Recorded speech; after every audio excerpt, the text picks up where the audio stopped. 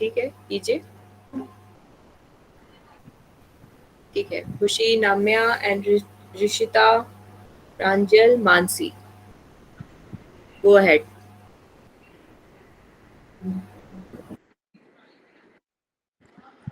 Ma'am मेरी पता नहीं कुछ प्रॉब्लम हो रही है लैपटॉप में, मैं प्रेजेंट नहीं कर पा रही। ऋषिता तो प्रेजेंट कर देगी प्लीज। पता नहीं अचानक से मेरे लैपटॉप में क्या हो रहा है।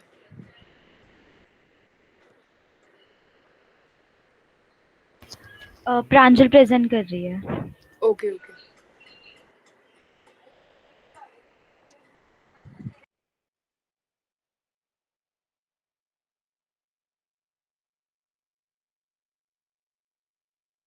मैम ऑल्सो स्नेहा के बाद मिलियन मेडी कैन प्रेजेंट। स्नेहा के बाद हम कर रहे हैं। ठीक है सुखाली।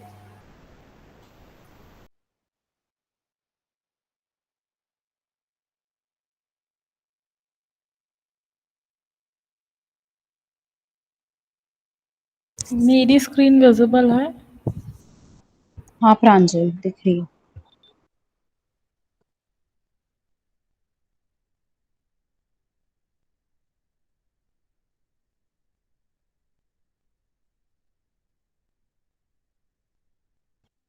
नमस्कार, आज हम कवि कबीर दास जी पर अपनी प्रस्तुति प्रस्तुत करेंगे। हमारे समूह के संदर्भ हैं खुशी अहलावत, ऋषिता शर्मा, प्रांजल वर्मा, नम्या जैन और मानसी रनावत। खुशी अहलावत कबीरदास जी के बारे में बताकर शुरू करेंगी। उम्मीद है आप सबको पसंद आएगा।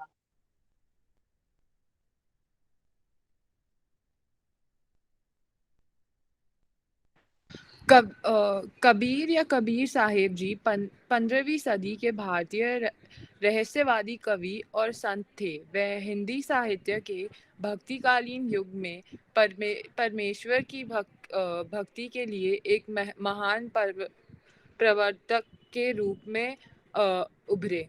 इनकी रचनाओं ने हिंदी प्रदेश के भक्ति आंदोलन को गहरे स्तर तक प्रभावित किया। उनका लेखन सिखों के आदि ग्रंथ में भी देखने को मिलता है। कबीर के जन्म और मृत्यु के वर्ष स्पष्ट नहीं है। कुछ इतिहासकार 1398 से 1448 के पक्ष में हैं, जैसा कि कबीर के जीवन काल में था, जबकि अन्य 1440 से 1518 के पक्ष में थे। अब हम कबीर साहेब जी के कुछ दोहों के बारे में पढ़ेंगे। नेक्स्ट स्लाइड नाम प्रांजल। साधु ऐसा चाहिए जैसा सूप स्वभाव, सार को गही रहे तो तोथा देई उड़ाए। कबीर जी कहते हैं, हमें अपने जीवन में ऐसे सज्जनों की आवश्यकता होती है जिसका स्वभाव अनाज को साफ करने वाले सूप जैसा हो। जिस प्रकार सूप अनाज को साफ करते हुए दोनों को अलग रख लेता है तथा कचरे को उड़ा देता है, ठीक उसी प्रकार इस स्वभाव का सज्जन यदि हमारे साथ होगा तो वह हमारे सद्गुणों को तराशते हुए हमें सार्थक बना देगा तथा हमारे अवगुणों को अनाज के कचरे की भांति समाप्त कर देगा। इस दोहे नेक्स्ट स्लाइड नाम प्रांजल। इस दोहे का आज की दुनिया में प्रासंगिकता यह है कि हमें अपने जीवन में ऐसे सज्जनों का साथ लेना चाहिए जो इस स्वभाव के हों, चाहे वह किसी भी रूप में हमारे साथ हों। ऐसे सज्जन हमारे मित्र भी हो सकते हैं और गुरु भी। ऐसे सज्जनों का साथ हमारे सभी अवगुणों को दूर कर हमारे जीवन को अर्थहीन से अर्थपूर्ण बना देता है। यही दोहे का भाव है। अगला दोहा नाम्या प्रस्तुत करेगी। पोथी पढ़ी पढ़ी जग मुआ, पंडित भया न कोय, ढाई आखर प्रेम का, पढ़े सो पंडित होए। कबीरदास जी यह कहना चाहते हैं इस दोहे के द्वारा कि बड़ी बड़ी पुस्तकें पढ़कर भी संसार में कितने ही लोग मृत्यु के द्वार पहुंचने पर भी विद्वान न हो सके, परंतु यदि कोई प्रेम या प्यार के केवल ढाई अक्षर ही अच्छी तरह से पढ़ ले, अर्थात प्यार का वास्तविक रूप पहचान ले, तो वही सच्चा ज्ञानी होगा। आज की दुनिया में प्रासंगिकता इस दोहे की यह है कि वर्तमान में आज हमारे पास सभी सुख सुविधाएं हैं, लेकिन प्रेम की कमी है। हमें माया के दीगर किसी से प्रेम नहीं है। जीवन की खुशियां आती और चली जाती हैं, उन्हें महसूस करने की शक्ति नहीं है, क्योंकि प्रेम नहीं है। जहाँ प्रेम है वहाँ संपन्नता और वैभव है। वैभव और संपन्नता से प्रेम पैदा नहीं होता। यह हमारी समझ का अभाव है। आप जो भी कार्य व्यवहार करें, प्रेम के साथ करें तो सभी समस्याएं समाप्त होती चली जाएंगी। अगला दोहा प्रांजल प्रस्तुत करेंगे।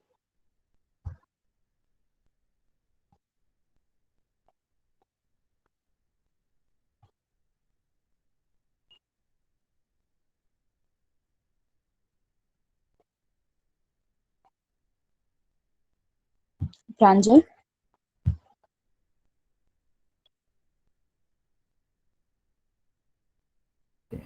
Hello. Yes, you are audible ma'am. कस्तूरी कुंडली बसे मृग ढूंढे बन माही, ऐसे घटी राम है दुनिया देखे नाही। कबीरदास जी इस ज्ञानवर्धक दोहे के माध्यम से यह कहते हैं कि जिस प्रकार कस्तूरी एक सुगंध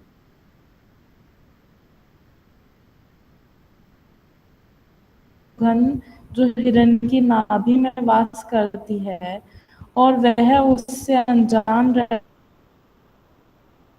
है, वह वन वन भटकता रहता है मगर उसको नहीं मिलती, उसी प्रकार ईश्वर का वास भी प्रत्येक मानव में है और मानव भी घट घट राम को ढूंढते हैं, कभी मंदिर में, कभी मस्जिद में, कभी तीर्थ में ढूंढते रहते हैं, मगर अपने मन में, अपने अंदर कभी नहीं ढूंढते। आज की दुनिया में प्रासंगिकता। कबीर जी का दोहा कस्तूरी कुंडली वर्तमान समय में भी बहुत प्रासंगिक है, क्योंकि केवल हम ही तय कर सकते हैं कि हमें अपनी आंतरिक प्रतिभा और आंतरिक आवाज को सुनकर पहचान कर क्या करना है। बाहरी प्रेरणा तभी मदद करती है जब हम खुद कुछ करने के लिए अंदर से तैयार हों। अब अगला दोहा ऋषिता प्रस्तुत करेगी। यह तन विष की बेलरी, गुरु अमृत की खान, शीश दियो जो गुरु मिले तो भी सस्ता जान। साधक के लिए उसके लक्ष्य को प्राप्त करने में सबसे सहायक उसका गुरु होता है। कबीर इस दोहे के माध्यम से यह पक्ष स्थापित करना चाहते हैं कि मनुष्य मात्र अवगुणों से भरा हुआ है और उसकी तुलना उन्होंने एक विष के पौधे से की है। साथ ही कबीर कहना चाहते हैं इस विष के वृक्ष रूपी मानव के लिए गुरु एक अमृत के समान है।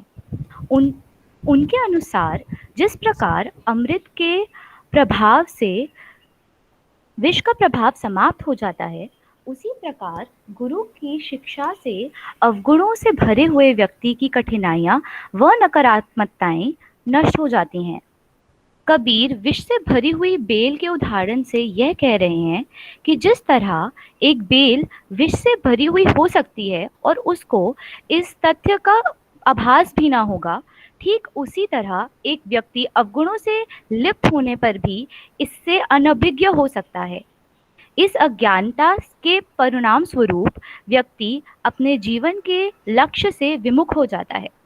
कबीर इस दोहे के माध्यम से यह संदेश देना चाहते हैं कि एक गुरु के मिलने के बाद ही विकृतियों से भरे हुए व्यक्ति में परिवर्तन आता है।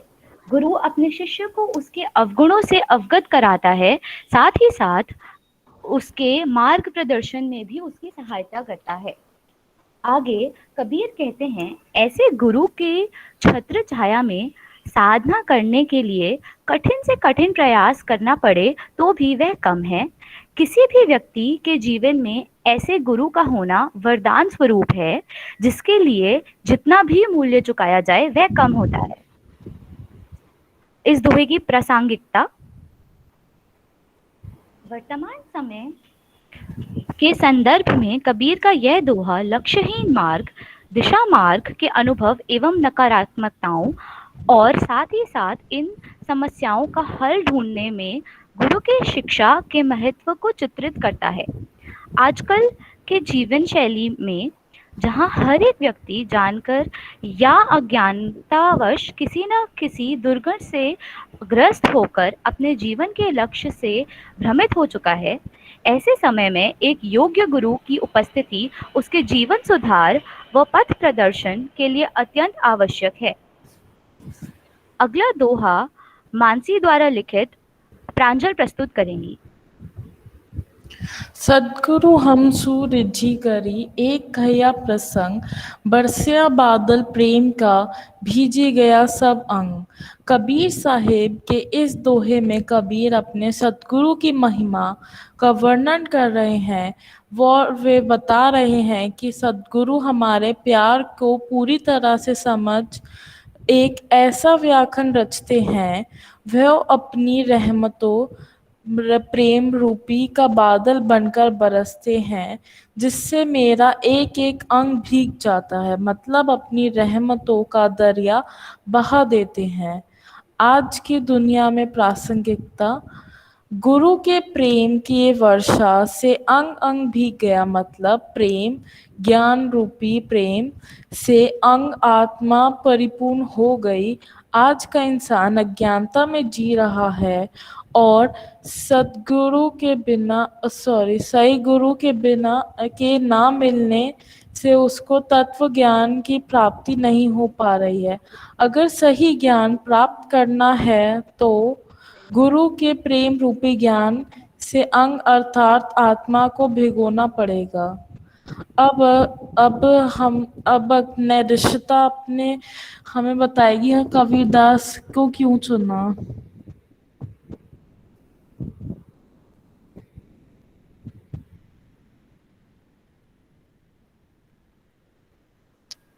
मध्यकालीन व आधुनिक काल के अनगिनत कवियों में से कबीर का काव्य हमें आज भी बहुत कुछ सिखाता और हमारे जीवन में उसकी आवश्यकता को प्रमाणित करने में सबसे अग्रणी व प्रभावी रहा है।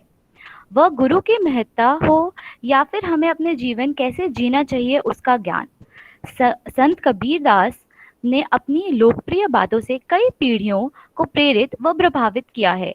उनके कई दोहों का इस्तेमाल हम आज भी आम बोलचाल में करते हैं, जिसका एक मैं उदाहरण देना चाहूंगी। काल करे सो आज कर, आज करे सो अब, पल में पड़ले होएगी बहुरी करेगा कब। यह दोहा हम आम बोलचाल भाषा में समय का महत्व समझाने के लिए प्रयोग करते हैं। ऐसे उनके कई दोहे हमें जीवन के मूल्यों व भावों की समझ देते हैं। इस कारण अन्य भावों को विस्तृत रूप से समझाने के लिए हमने कबीर को चुना और उनके दोहों का चयन किया। हमारी प्रस्तुति को इतने धैर्य से सुनने के लिए धन्यवाद।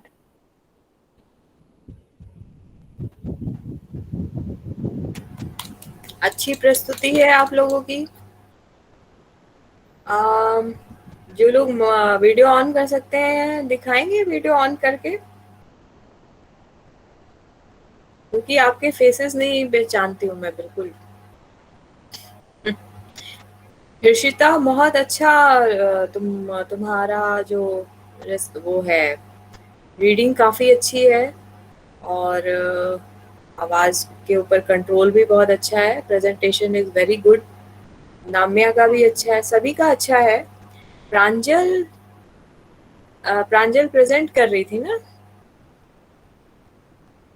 Yes ma'am. Yes ma'am. Okay ठीक है। तो प्रांजल को की आवाज़ जब भी सुनते हैं तो ऐसा लगता है कि बहुत ज़्यादा टायर्ड है। प्रांजल स्पोर्ट्स की हो तुम? No ma'am. फिर ऐसे क्यों लगता है? मैग्ने, यस कुछ कहना है?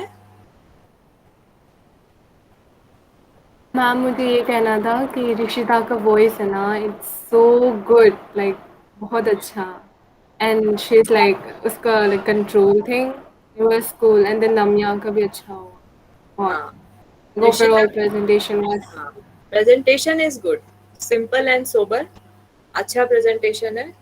और आज के समय से भी रिलेट किया आपने, बहुत अच्छे से अपना प्रेजेंटेशन दिया है, वेरी गुड। ठीक है, किसी को कोई क्वेश्चन पूछने, क्योंकि मुझे बहुत ज़्यादा आपके प्रेजेंटेशन में एक्सेप्ट मानसी वाला जो है वो आपने टाइप वाइप नहीं किया है कहीं से उठा करके, बस उसमें लगा दिया है, लेकिन कोई बात नहीं, अब मानसी की हालत ऐसी है तो उसको जो मार्क्स मिलेंगे, जो आपको मिलेंगे, वो उनको उसको भी मिल ही जाएंगे। ठीक है ना, तो सिर्फ एक क्वेश्चन सबसे है बिना क्वेश्चन पूछे जाने नहीं देंगे। ये जो आपने प्रासंगिक, एक तो शब्द ठीक से बोलो, जैसे ऋषिता तुम मेरी सभी लोग, प्रासंगिकता नहीं होता है, प्रासंगिकता होता है, प्र पे आ की मात्रा होती है, प्रासंगिकता, प्रासंगिकता नहीं होता है। ठीक है, पहली चीज ये। तो ये जो आपने मैटर उठाया, ये जो भाषा बनी है आपकी, किसने मदद की आपकी? मैम मैंने तो जो बुक है उससे खुद ही बनाया है पूरा। बुक जो मैम हमारी है, एंड मैंने सर एंड जो भी आपने नोट्स दिए थे उससे थोड़ी सी उससे हेल्प बनाया, लेके। गुड। मैम मैंने तो खुद ही लिखा है। पक्का? यस मैम, ये दोहा तो मुझे याद है स्कूल टाइम से।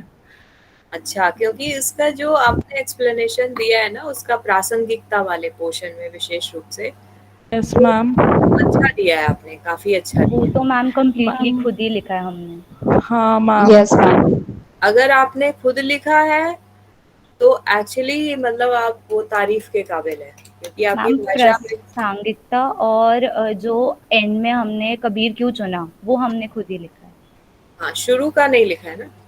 मैम शुरू का मैंने तो तो कबीर की डिटेल्स हैं, जो वो सब हमें पता नहीं था तो वो हमें कहीं से देखना पड़ा। यस मैम, मैम थोड़ी सी हमने इंटरनेट से भी हेल्प ली है, बट मोस्टली हमने सारा खुद ही लिखा था, जो मेन ठीक है, मेन इम्पोर्टेंट पार्ट है। चलिए गुड।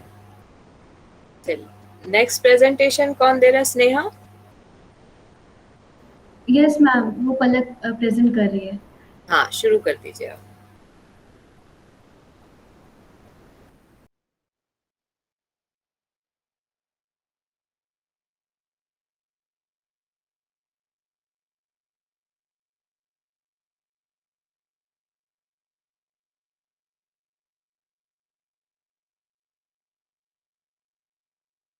मैम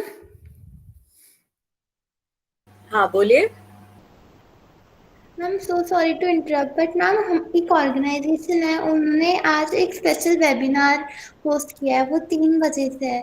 तो मैम अगर आपकी परमिशन हो तो क्या मैं मीटिंग छोड़ सकती हूँ? जी, आप जाइए। Thank you so much ma'am. Ma'am can we start? Yes yes, शुरू कर दो।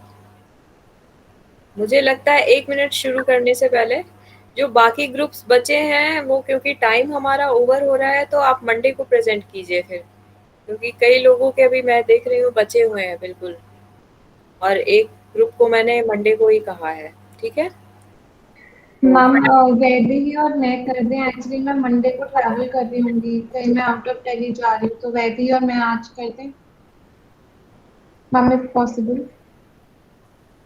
ठीक है, आफ्टर अगर आपका कोई क्लास नहीं है 3:10 के बाद तो आप कर दीजिएगा। ठीक है, ओके मैम, ज्यादा टाइम नहीं लेगा, ठीक है ma'am, thank you so much. हाँ शुरू करो पलक।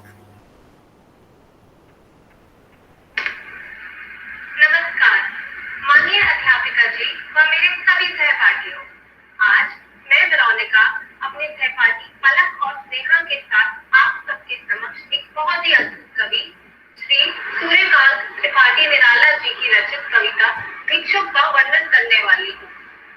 इस कविता में कवि ने एक भिखारी का वर्णन किया है कि कैसे वह अपने जीवन के सबसे कठिन दौर से गुजर रहा है, जहाँ उसे खाने की एक रोटी भी नसीब नहीं हो पा रही।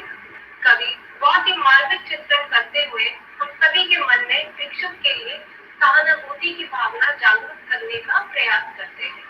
वह अपनी कलम के माध्यम से हमारे हृदय में दया की भावना का संचार करने का प्रयास करते हैं और मैं यह कहना चाहूंगी कि वह अपने इस प्रयास में पूर्णतः सफल हुए हैं। अब मेरी सहयोगी पलक आप सबको निराला जी के जीवन परिचय से अवगत कराएगी। सूर्यकांत त्रिपाठी जी का जन्म 21 फरवरी 1896 पश्चिम बंगाल में हुआ था। वह अहमदाबाद उत्तर प्रदेश के रहने वाले थे। सूर्यकांत त्रिपाठी जी का उपनाम निराला था। सूर्यकांत त्रिपाठी जी हिंदी साहित्य के छायावाद के प्रमुख कवि थे। वह एक लेखक, कहानीकार, कवि, निबंधकार, संपादक थे, परंतु वह कविताओं के कारण अत्यंत लोकप्रिय हुए। उन्होंने कई रेखा चित्र भी बनाए। सूर्यकांत त्रिपाठी जी को प्रतिवाद, प्रयोगवाद और नई काव्यों का जनक माना जाता था। सूर्यकांत त्रिपाठी जी को विशिष्ट सेवा पदक से भी नवाजा गया है। अब मेरी मित्र पलक इन पंक्तियों का विश्लेषण करेगी। पंक्तियां कुछ इस तरह है। वह आता, दो टूक कलेजे के करता, पछताता, पथ पर आता। पीठ पीठ दोनों मिलकर है एक, चल रहा लंगड़िया टेक। मुट्ठी भर दाने को, भूख मिटाने को, मुंह फटी पुरानी झोली का फैलाता। दो टूक कलेजे के करता, पछताता, पथ पर आता। कवि निराला वर्णन करते हैं कि जब विशुक आता दिखाई देता है तो उसकी दयनीय दशा देखकर हृदय के टुकड़े होने लगते हैं। वह स्वयं अपनी भी करुणाजनक स्थिति से सभी को हार्दिक वेदना से भर देता है। कारण यह है कि वह इतना दुर्बल और कमजोर है कि उसका पेट और पीठ मिलकर अर्थात एकदम पिचककर एक ही प्रतीत होते हैं। वह अपने कष्टमय जीवन को लेकर पछताता रहता है और अपनी लाठी टेक टेक कर चल रहा है। वह एक मुट्ठी दाने को प्राप्त करके अपनी भूख मिटाना चाहता है और इसके लिए लोगों के सामने अपनी फटी हुई पुरानी झोली को फैलाता रहता है। उसकी उस स्थिति को देखकर संवेदनशील व्यक्ति के हृदय के दो टुकड़े होने लगते हैं।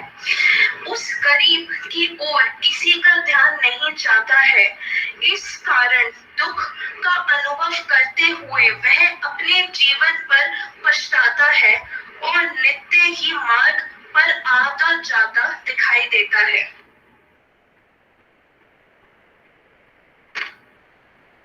साथ दो बच्चे भी हैं, सदा हाथ मिलाए, बार से मलते हुए पेट को चलते और दायना दया दृष्टि पानी की ओर बढ़ाए।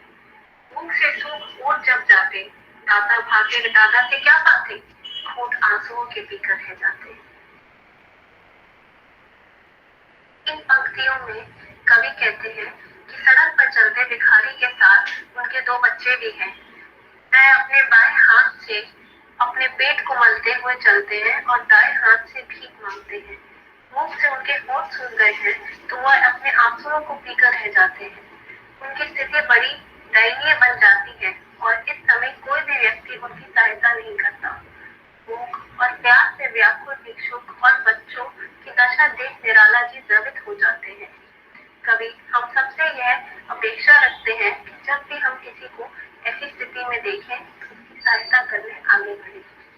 निराला जी ने जब ये कविता रची थी तब उन्होंने यह कल्पना भी नहीं करी होगी कि जो काव्य की रचना उन्होंने हमारे मन में भिक्षुक के प्रति सहानुभूति की भावना का जागरण करने के लिए करी है, वह आज के समाज में, आज के परिवेश में मनुष्य को असमंजस्य में डाल सकती है। आज जब हम अखबार में पढ़ते हैं कि कैसे छोटे मासूम बच्चों का शोषण करा जाता है, उनसे जबरदस्ती इस भीख मांगने के दलदल में धकेल दिया जाता है। जब कई सारे लोगों ने भिक्षा को ही अपना व्यवसाय बना लिया है, ऐसे समाज में यह जाहिर सी बात है कोई भी मनुष्य भिक्षा देने से पहले हिचकिचाएगा और हमारी सरकार भी इस प्रथा के खिलाफ है। हमारी यह हिचकिचाहट काफी हद तक जायज भी है क्योंकि आज के समाज को देखकर हम यकीन नहीं कर सकते किसी के ऊपर भी। पर मुझे सबसे ज्यादा दुखद बात यह लगती है कि इस हिचकिचाहट की वजह से जिस व्यक्ति को सच में सहायता की आवश्यकता है वो भी इससे वंचित हो जाता है। अब मैं स्नेहा मिश्रा भिक्षुक कविता की आखिरी कुछ पंक्तियों का आशय स्पष्ट करूंगी। चाट रहे जूठी पत्तल वे कभी सड़क पर खड़े हुए और झपट लेने को उनसे कुत्ते भी हैं अड़े हुए। इन पंक्तियों में कवि ने अत्यंत ही मार्मिक, हृदय विदारक एवं शोभनीय दृश्य प्रस्तुत किया है। भिक्षुक परिवार जब दाने दाने को तरसता हुआ सड़क पर पड़े जूठे पत्तलों को चाटकर अपनी पेट की ज्वाला शांत करने की कोशिश कर रहा है तो वहां भी वह स्वच्छंद नहीं है। कुत्तों की भी नजर पत्तलों पर है और वे भी उनसे वे जूठी पत्तलें झपट लेने को आतुर है। भूख, गरीबी, अवमानना, उपेक्षा, तिरस्कार, प्रताड़ना ने भिक्षुक जो एक मनुष्य है वो पशु से भी बदतर हालत में ला खड़ा किया है। निराला ने समाज के उपेक्षित वर्ग का बड़ा ही सजीव एवं मार्मिक वर्णन किया है और उनके क्रूर यथार्थ को इतनी जीवंतता एवं संवेदनशीलता के साथ प्रस्तुत किया है कि हमारा मन मानवता के प्रति द्रवीभूत हो उठता है। क्षण भर के लिए ही सही, परंतु एक पाषाण हृदय भी उपेक्षित, तिरस्कृत एवं वंचित वर्ग के लिए दया, सहानुभूति एवं आत्मीयता से द्रवित हो उठता है। दूसरी पंक्ति, ठहरो, अहो मेरे हृदय में है अमृत, मैं सींच दूंगा, अभिमन्यु जैसे हो सकोगे तुम, तुम्हारे दुख मैं अपने हृदय में खींच लूंगा। कवि ने कठोर यथार्थ का बड़ा ही सजीव, मार्मिक एवं हृदय विदारक वर्णन किया है, पर वो निराशावादी नहीं है। घनघोर निराशा, उत्पीड़न एवं त्रासदी में भी उन्हें उपेक्षित वर्ग के लिए उम्मीद की किरण नजर आती है। वह उन्हें हर समस्या एवं उत्पीड़न के बीच अभिमन्यु की तरह संघर्ष करने को प्रेरित करते हैं। वो कहते हैं, मानव हृदय में करुणा रूपी अमृत की धारा पूरी तरह से खत्म नहीं हुई है। कुछ हृदयों में अमृत अभी भी शेष है और उस अमृत रूपी करुणा एवं सहयोग से समाज के गरीब, उपेक्षित वर्ग का कल्याण जरूर होगा और त्रासदी पशुओं से भी बदतर जीवन में एक दिन खुशहाली एवं आत्मसम्मान का कमल जरूर खिलेगा। बस उन्हें हिम्मत नहीं हारना है और अभिमन्यु की तरह संघर्षशील रहना है। निराला ने इस कालजयी कविता से मानव मूल्यों के प्रति जनमानस की संवेदनशीलता को झकझोर कर रख दिया है।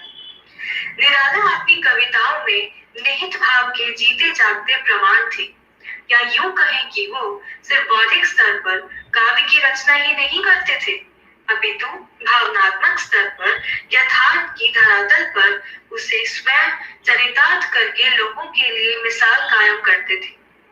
यही कारण है कि कुछ लोग उन्हें कबीर की तरह संत मानते थे। जो भी धनराशि पुरस्कार के रूप में उन्हें मिलती थी या जो उपहार कवि समारोह में उन्हें मिलते थे, वे उसे स्वार्थ से ज्यादा परमार्थ पर दान करके खुश हो जाते थे। जाड़े में ठिठुरते लोगों को अक्सर वे अपनी चादर व अपने शरीर के वस्त्र उतार कर दे देते थे।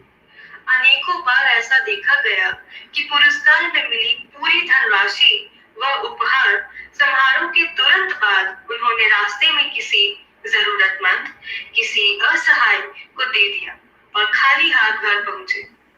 स्नेहा, लोग कहते हैं वे स्नेहा, पहले और संत बाद में थे। आवाज आ रही है या रिकॉर्डेड है? आप अपना वीडियो ऑन कर सकते हैं? वीडियो ऑन करके जरा बताइए, प्रेजेंट कीजिए। मैम ये तो रिकॉर्डेड था। ये रिकॉर्डेड है?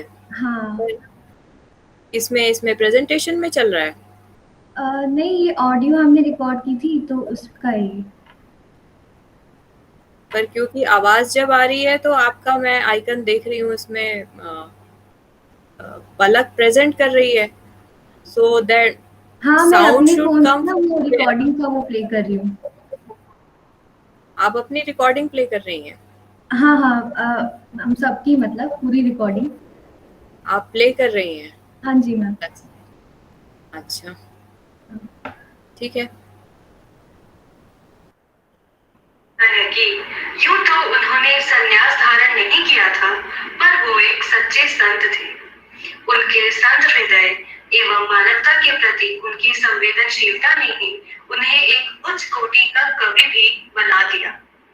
यही कारण है कि उन्होंने अपनी समकालीन कवियों से अलग अपनी कविता में कल्पना का सहारा बहुत कम लिया और यथार्थ को प्रमुखता से चित्रित किया। संत बंधन से मुक्त होते हैं। निराला भी कविताओं में छंदों के बंधन से मुक्त थे। वे हिंदी में मुक्त छंद के प्रवर्तक माने जाते हैं। उन्होंने संवेदना एवं भाव को छंदों के बंधन से ऊपर माना। इसके लिए उन्हें कई बार आलोचनाओं का भी सामना करना पड़ा। निराला की कविताएं एवं उनका जीवन आम मनुष्य के लिए हमेशा एक प्रेरणा का स्रोत एवं आदर्श रहेगा। धन्यवाद।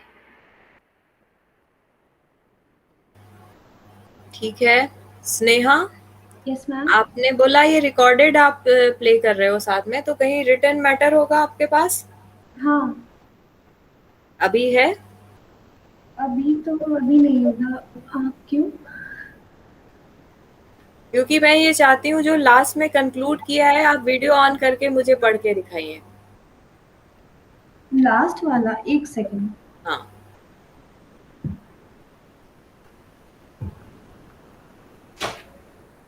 क्योंकि आपकी आवाज जो ये है ना वो उसमें नहीं है, वो कोई और कर रहा है ऐसा मुझे फील हो रहा है। नहीं मैम, मैंने नहीं किया है। ठीक है, तो मैं करके आपको दोबारा से पढ़ के बता देती हूँ। आप वीडियो ऑन करके पढ़ के बताइए। 1 सेकंड।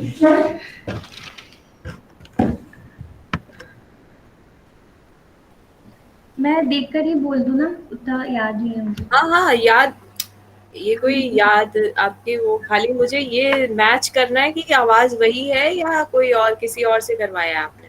अच्छा। साथ ही हैंडराइटिंग जो है वो आप लोगों की है हैंडराइटिंग जो प्रेजेंटेशन हाँ में जी है? मैम। अच्छा, तो जो निराला की कविता है तो निराला की कविता के नीचे अपने नाम क्यों लिखे हैं आपने? वो मतलब पता चल जाए ना कि ये वाला पहला हाँ, मैंने वाला है, तो हाँ। वो थोड़ा नीचे करके लिखना चाहिए ना, वो ऐसे लग रहा है आपकी कविता है। Oh sorry.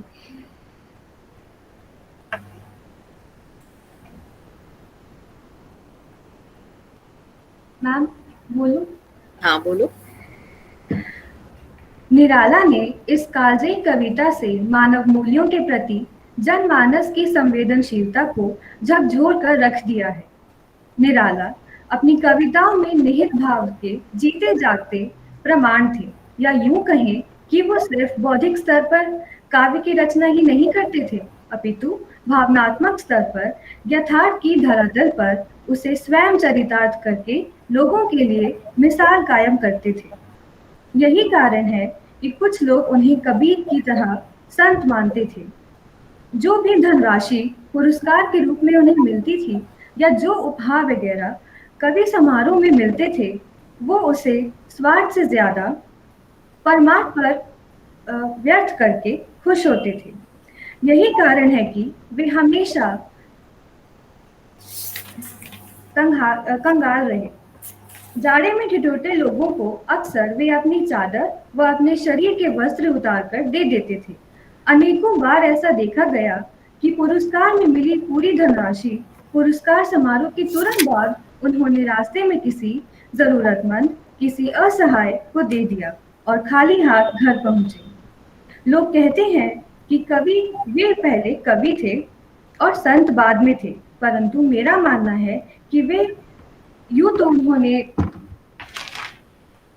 ठीक है स्नेहा, अच्छी रीडिंग करती हो और बहुत मैच्योर आवाज लग रही थी। मुझे लगा तुम्हारे घर में कोई तुम्हारी मदर हेल्प कर रही है या कौन कर रहा है। ये मेरी मम्मी भी कह रही थी मेरी रिकॉर्डिंग सुनकर कि तेरी तो आवाज लगी नहीं रही है। हाँ, वो बहुत ही मैच्योर कोई हाँ। लेडी होती है ना, वैसी आवाज आ रही थी। तो अच्छा है। तुम्हारे साथ तुम हो और कौन है? वेरोनिका और पलक। 3 लोगों ने बनाया है? हाँ। ठीक है, थैंक यू। अच्छा प्रेजेंटेशन है और थोड़ा मतलब मैटर वही है सेम जो अभी थोड़ी देर हाँ। पहले निराला ने किया था, but it is good, very nice. किसी को कुछ पूछना है, कुछ क्वेश्चन है?